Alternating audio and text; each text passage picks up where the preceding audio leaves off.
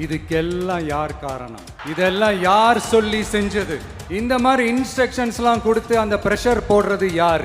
அதை செஞ்சவர் நம்ம பெரிய அண்ணன் தான், கரூர் பெரிய அண்ணன் தான். அந்த வேலுசாமிபுரத்துக்கு எங்களை கொண்டு வந்ததே போலீஸ் தான் இன்னைக்கு ரொம்ப ஃப்ராங்காக சொன்னார். உத்தரவு போட்டது யாருன்னு கேட்குறாரு. கரூரில் யார் தாதா இருக்கிறாங்க? மினிஸ்டர் வித்தவுட் போர்ட்ஃபோலியோ யார்? பார்ட்டி ஃபண்டுன்னு சொன்னவனை எடுத்தாங்க பாருங்க ஒரு ஓட்டம். லஞ்சமே நடக்காதுன்னு நான்லாம் நினச்சிட்டு இருந்த ஸ்கூல் எஜுகேஷன் டிபார்ட்மெண்ட் இருக்குல்ல, அதில் 400 கோடி ரூபாய் வசூல் பண்ணியிருக்கானுங்கன்னா இவங்க கல்லிலே நார் உரிக்கிற ஆளுங்க போல இருக்க. அன்பில் மகேஷ் அவர் தம்பிலாம் சம்மந்தப்பட்டிருக்கிறதா பேசிக்கிறாங்க. அப்புறம் பிடபிள்யூடியில் டாஸ்மாகில் லட்ச கோடி அடிச்சிருப்பாங்க தான் நான் நினைக்கிறேன். கரூர் கம்பெனி ஓனர் ஒருத்தர், இன்னொருத்தர் ஃபாரின்ல போய் ஒளிஞ்சுக்கிட்டார். ஃபாரின் ஸ்டாலின் சார்னு நினச்சிட போறீங்க, அவர் இல்லை. சிங்கப்பூர்னு ஓடுறாங்க, எல்லாம் அங்கே ஃபாரினில் முதலீடு பண்ணிட்டாங்க இவங்க. ஏவா வேலு, கேஎன் நேரு, செந்தில் பாலாஜி, சேகர் பாபு பயங்கரமாக சம்பாதிச்சிருக்காங்க. ஒரு முனிசிபல் அட்மினிஸ்ட்ரேஷனில் 2200 போஸ்ட்டை கேஎன் நேரு 35 லட்சம் ரூபாய் ஒவ்வொரு போஸ்ட்டும் வாங்கி 1000 கோடிக்கு மேலே அடிச்சிட்டாருன்றது தானே இடியுடைய குற்றச்சாட்டு. இந்த தீய சக்தியும் தீந்து போன சக்தியும் வேறலாம் இல்லை, கூட்டு கலவானீங்க. சொல்ல முடியுமா அவங்களால? எங்களுக்குள்ள ஒட்டும் இல்லை, உறவும் இல்லை, அறிவிக்க முடியுமா? அந்த பழனிசாமி முதல்வராக்கி விஜய் ஆட்சிக்கு வர தடுக்கிறோன்ற அந்த பிளானே ஒர்க் அவுட் பண்ணது உதயநிதி தான். இது ஸ்டாலினுக்கு கீழே, அதான் கட்சியே அவர் கண்ட்ரோல் இல்லாமல் பண்ணியிருக்காங்க. இப்போ இந்த குதிரை பேரம் பண்ணுறாங்க இல்லையா, இந்த திட்டத்தையும் செந்தில் பாலாஜிக்கு வகுத்து கொடுத்தது உதயநிதி அந்த டீம் தான்.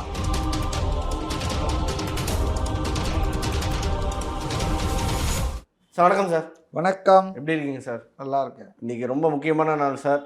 நம்மளோட தமிழக முதல்வர் விஜய் அவரோட ஸ்பீச் இப்போ தான் பார்த்துருக்கோம். எப்படி இருந்தது அவரோட ஸ்பீச்சு? ஆஸ் யூஷுவல் ரொம்ப கான்ஃபிடென்ஸாக, ரொம்ப எழுச்சி தருவதாக, நம்பிக்கை தருவதாக இருக்குது. ஒரே ஒரு விஷயந்தான் முதல்ல நான் சொல்ல விரும்புகிறேன்.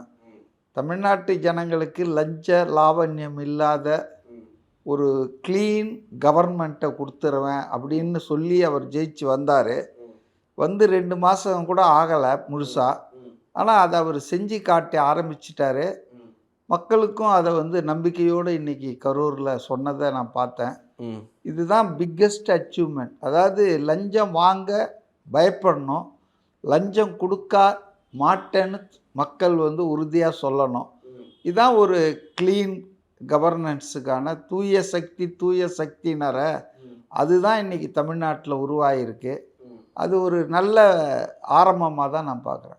சார் இப்போ ஒவ்வொரு பாயிண்டாக பார்த்துருவோம் சார். இப்போ காவல்துறை எங்களையும் அலர்ட் பண்ணலன்னு கேட்குறாங்க. வேறு ஒரு ஊருக்கு போனேன், கூட்டமாக இருக்கு வராதேன்னு சொன்னாங்க. நான் அச்சப் பண்ணிட்டு பின்னாடி போயிட்டேன், வேறு ஊருக்கு போயிட்டேன். ஆனால் இந்த கரூரில் மட்டும் ஏன் என்னை கேட்கலன்னு, என்கிட்ட ஏன் இன்ஃபார்ம் இல்லைன்னு கேட்குறாரு. இதுக்கு என்ன பதில் சொல்கிறீங்க?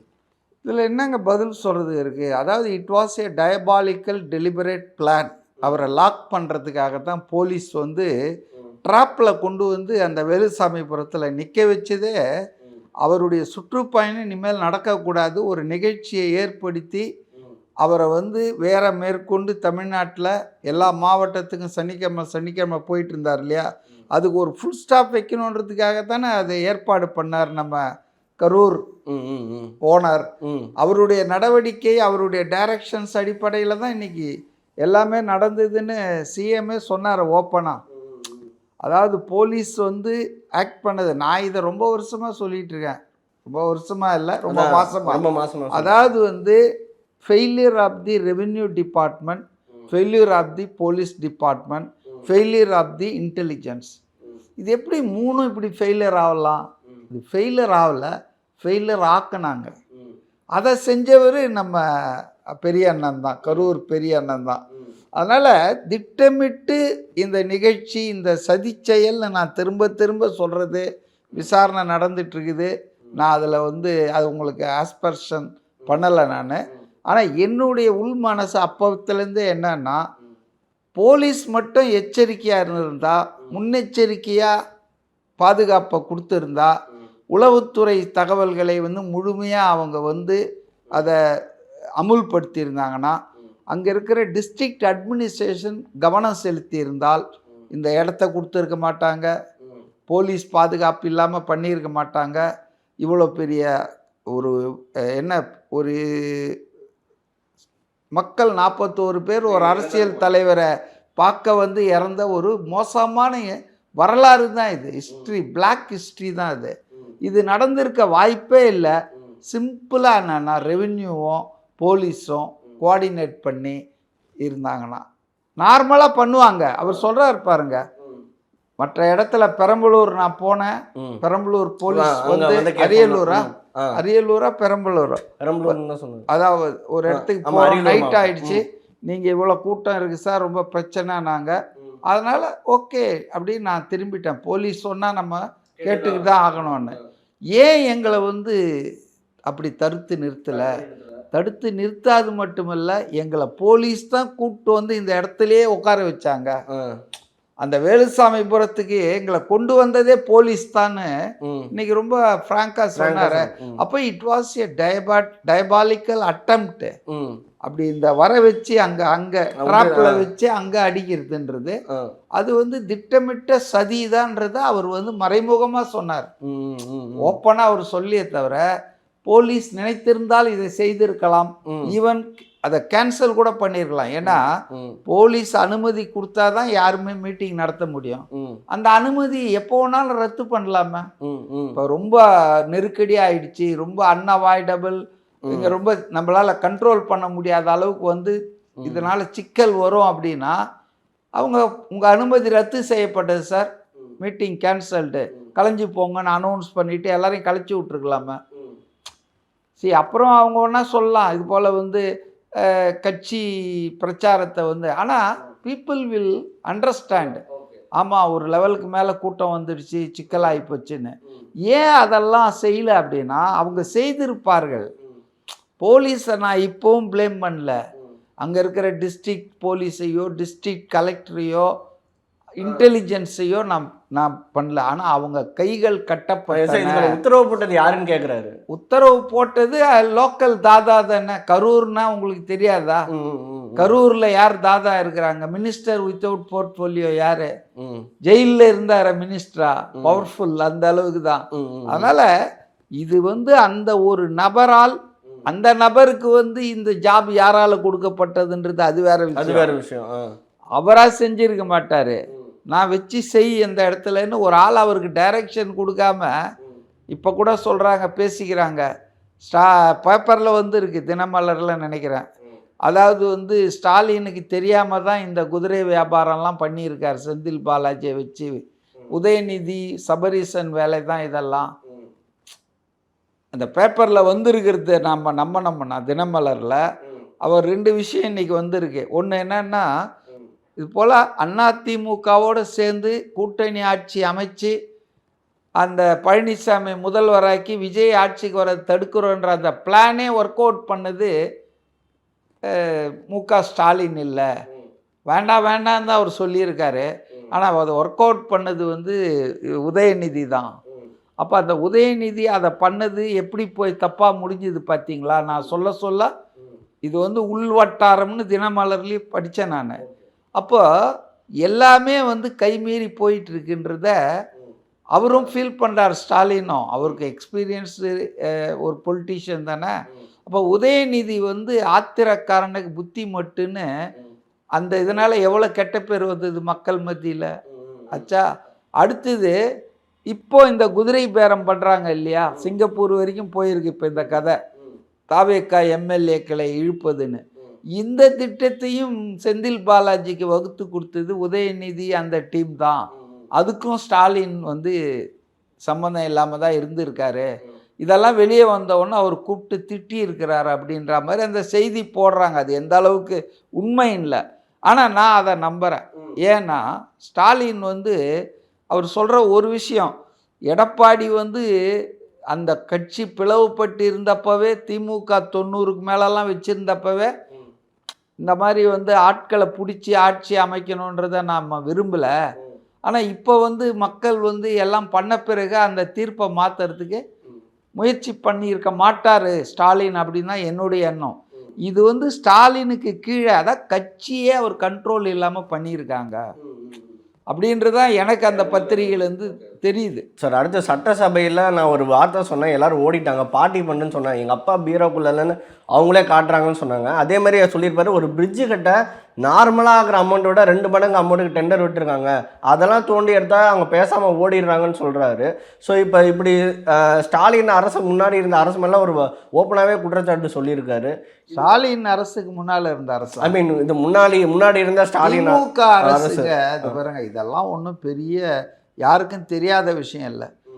திமுக அரசு ஒவ்வொரு துறையிலும் கரப்ஷன் இருந்தது. டாஸ்மார்க்கா, எலக்ட்ரிசிட்டியா, டிரான்ஸ்போர்ட்டா, பிடபிள்யூடியா, எதில் பத்திரப்பதிவா, ஏங்க அதாவது லஞ்சமே நடக்காதுன்னு நான்லாம் நினச்சிட்டு இருந்த ஸ்கூல் எஜுகேஷன் டிபார்ட்மெண்ட் இருக்குல்ல, பள்ளி கல்வித்துறை, அதில் 400 கோடி ரூபாய் வசூல் பண்ணியிருக்கானுங்கன்னா இவனுங்க கல்லிலே நார் உரிக்கிற ஆளுங்க போல இருக்க. கொஞ்சம் யோசிச்சு பாருங்க. ஸ்கூல் எஜுகேஷனில் வந்து அந்த சிபிஎஸ்சி ஸ்கூலுக்கு வந்து ரினிவல் அண்டு என்ஓசி கொடுக்கறதுக்கு 25-35 லட்சம் கோடி வரைக்கும் வாங்கியிருக்கானுங்களாம். இப்போ ஒரு ஆள் அரசகுமார்னு ஒருத்தர் ஜெயிலில் இருக்கார், ஒருத்தர் முத்துக்குமார்னு ஒருத்தர் வந்து அவர் வந்து முன்ஜாமீன் கேட்டு அதை தள்ளுபடி பண்ணியிருக்காங்க. அன்பில் மகேஷ் அவர் தம்பிலாம் சம்மந்தப்பட்டிருக்கிறதா பேசிக்கிறாங்க. அப்போ ஸ்கூல் எஜுகேஷன் மாதிரி பெருசாக லஞ்சம் செய்கிறதுக்கோ லஞ்சம் வாங்கிறதுக்கோ வாய்ப்பில்லாத துறையிலே 400 கோடி 500 கோடி அடித்தவங்கன்னா அப்புறம் பிடபிள்யூடியில், டாஸ்மாகில் இதெல்லாம் லட்ச கோடி அடிச்சிருப்பாங்க தான் நான் நினைக்கிறேன். அதனால தான் இன்னைக்கு நம்ம பழனிவேல் தியாகராஜன் ஆட்சி வந்த ஒரு வருஷத்துலேயே ஒரு ஆடியோ ரிலீஸ் ஆச்சு இல்லை. உதயநிதியும் சபரீசனும் ஆளாளுக்கு 30,000 கோடி ரூபாயை வச்சுக்கிட்டு என்ன பண்ணுறதுன்னு தெரியல, அவ்வளோ வசூல் பண்ணிட்டானுங்கன்னு சொன்னார் இல்லையா. அது முதலாண்டு, அதனால தான் அவர் பதவியை இழந்தார். ஆனால் இப்போ 5 வருஷம் கழிச்சு பார்த்தா ஆளாளுக்கு லட்சம் கோடி வச்சுருப்பாங்க. அதனால தான் துபாயின்னு போகிறாங்க, சிங்கப்பூர்னு ஓடுறாங்க, எல்லாம் அங்கே ஃபாரினில் முதலீடு பண்ணிட்டாங்க இவங்க. இப்போ ஏவாவேலுவை பற்றி சொன்னார். ஏவாவேலுக்கு எப்படி திடீர்னு உடம்பு சரியில்லாச்சு, அவருக்கே நிறைய ஆஸ்பத்திரிலாம் வச்சுருக்காரு. காலேஜ் ஆஸ்பத்திரிலாம் இந்தியாவில் இருக்குது, சென்னையில் இருக்குது. அப்புறம் எதுக்கு அவர் வந்து இதுக்கு போனார்? சரி, எங்கே ஓடினாலும் இங்கே வந்து தானங்க ஆகணும். இப்போ ஹைகோர்ட் வந்து ஏவாவேலு மேலே இருக்கிற லுக் அவுட் நோட்டீஸுக்கு ஸ்டே பண்ணியிருக்காங்க. ஆனால் அதே ஹைகோர்ட்டு 15ஆம் தேதி நீங்கள் வந்து காவல்துறை முன்னால் ஆஜராகணும் விசாரணைக்குன்னும் அவருக்கு கட்டளை கொடுத்துருக்காங்க. இப்போ அவர் வராரா போகிறாரில்ல. ஏவாவேலு, கேஎன் நேரு, செந்தில் பாலாஜி, சேகர் பாபு இப்படி பயங்கரமாக சம்பாதிச்சிருக்காங்க. மற்றவங்கெல்லாம் சம்பாதிக்கலன்னு இல்லை, மற்றவங்கெல்லாம் ஓரளவுக்கு சம்பாதிச்சிருக்காங்க. இவங்க வந்து அப்படியே லட்சம். இப்போ கேஎன் நேருலாம் பார்த்திங்கன்னா இப்போ சொல்கிறாங்களே 32 பேருக்கு வேலை கொடுக்குறது, அப்படியே டிஎன்பிஎஸ்சி எழுதலை, பரீட்சை எழுதலை, அவங்களுக்கெல்லாம் வேலை வாய்ப்புகளில் காத்து இருக்கிறார்கள்லாம் சொல்கிறாங்களே. ஒரு முனிசிபல் அட்மினிஸ்ட்ரேஷனில் 2200 போஸ்ட்டை கேஎன் நேரு வந்து 35 லட்சம் ரூபாய் ஒவ்வொரு போஸ்ட்டும் வாங்கி 1000 கோடிக்கு மேலே அடிச்சிட்டாருன்றது தானே இடியுடைய குற்றச்சாட்டு. அப்போல்லாம் இவங்க வாயை மூடிட்டு இருந்தாங்க. சண்முகம் என்ன பண்ணார், வீரபாண்டியன் சிபிஐ என்ன பண்ணார், அதை பற்றியெல்லாம் வாயை திறந்தாங்களா? திருமாவளவன் வாயை திறந்தாரா? கூட்டணி தர்மத்துக்காக லஞ்ச ஊழலை சகிச்சிட்டு இருந்தவங்க இன்றைக்கி கரூரில் ஏதோ 32 பேர் அந்த மனிதாபிமான அடிப்படையில் கம்பேஷனேட் அப்பாயின்மெண்ட் கொடுக்குறாங்க. அது கவர்மெண்ட் ஃபெயிலியர். நான் தான் சொன்னேனே, ரெவென்யூவும் போலீஸும் பண்ண தப்பால் 41 பேர் செத்துருக்காங்க. அதுக்காக அரசாங்கம் வந்து கருணை அடிப்படையில் வேலை கொடுக்குது. ஐயோன்னு சுப்ரீம் கோர்ட்டுக்கு போகிறாங்க. இன்னைக்கு ஹைகோர்ட் மதுரை பெஞ்சில் அது நடந்தது. அவங்க வந்து அதெல்லாம் தடையெல்லாம் பண்ண முடியாது, கவர்மெண்ட் அது கொடுக்குறத நாங்கள் ஒன்றும் பண்ண முடியாதுன்னு சொல்லிட்டாங்க. ஸோ எதுக்கு சொல்ல வரேன்னா, உடனே இடதுசாரிகள் டாக்டர் கிருஷ்ணசாமி எல்லாரும் கத்துறாங்க, இதுக்கு தான் கொடுக்கணுமா? இது தூத்துக்குடி துப்பாக்கி சூட்டில் இறந்தாங்களே, யார் கொடுக்க வேணான்னுது? அது அரசு பயங்கரவாதம் தானே. அரசாங்கம் தானே மக்களை ஸ்டெர்லைட் ஆலைக்கு எதிராக போராடியவர்களை குருவி சுடுற மாதிரி சுட்டாங்கல்ல. ஏன் திமுக அரசை கொடுக்க வேணான்னு யாராவது தடை பண்ணாங்களா? ஸ்டாலினுக்கு அதுக்கெல்லாம் நேரம் ஏது? நோட்டைன்றதுக்கு தானே நேரம். ஏன் அவர் செய்யல? அதிகமாக பேசுனாங்கல்ல. எடப்பாடி டிவி பார்த்து தான் தெரிஞ்சுக்கினேன்னு சொன்னதை பேசிகிட்டே இருந்தாங்கல்ல 5 வருஷம். ஸ்டெர்லைட் தூத்துக்குடி துப்பாக்கி சுட்ட முதல்வராக இருந்த எனக்கு தெரியாது, நான் டிவி பார்த்தான் தெரிஞ்சுன்னு கிண்டல் பண்ணாங்கல்ல. அதில் வந்து இறந்தாங்களா அந்த குடும்பங்களுக்கு ஏதாவது பண்ணணும், வேலை கொடுக்கணும்னு இப்போ இவர் சிந்திக்கிறார்ல. விஜய் மனிதாபிமான அடிப்படையில் மக்களை பற்றி சிந்திக்கிறவராக இருக்கிறதால இதெல்லாம் அவருக்கு தோணுது. நீங்கள் உங்களுக்கு பொலிட்டிக்கல் ஆதாயம் வரணும், எடப்பாடி அடிக்கிறதுக்கு அது ஒரு கம்பு, அவ்வளோதான். அந்த குடும்பங்களை பற்றி கவலை கிடையாது, எதை பற்றியும் கவலை கிடையாது. லஞ்சம் லாவண்யம் ஆட்சியை பிடிக்கணும். ஸோ அதனால் யார் தடுத்து இது? ஸ்டாலின் கொடுக்கணுன்னா கொடுத்துருக்கலாமே. இந்த இது நடந்தது இல்லை, ஏர் ஷோ, அதில் ஒரு 5 பேர் செத்து போனாங்க. அது அரசாங்கத்தினுடைய நெக்லிஜென்ஸ் தான். சரியான ஏற்பாடு பண்ணல, ஒழுங்காக தண்ணி கூட கொடுக்கல, நிறைய பேர் செத்தாங்க. அவங்களுக்கெல்லாம் கூட வேலை கொடுத்துருக்கலாமே. யார் வந்து தடுத்தாங்க?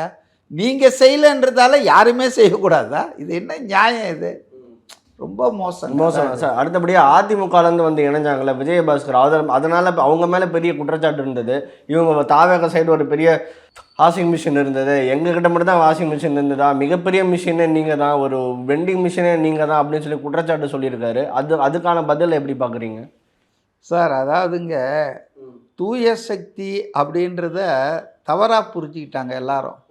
தூய சக்தினா அவர் வந்து தனிப்பட்ட நபரையோ கட்சியையோ சொல்ல. தீய சக்தின்னு சொன்னாலும் அது வந்து ஏதோ ஸ்டாலினையோ உதயநிதியோ திமுக காரணையோ இல்லை.